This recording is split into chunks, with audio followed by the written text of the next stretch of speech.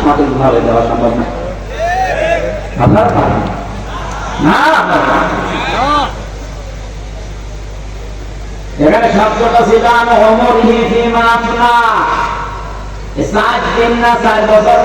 পুরা জীবনের হিসাব আল্লাহ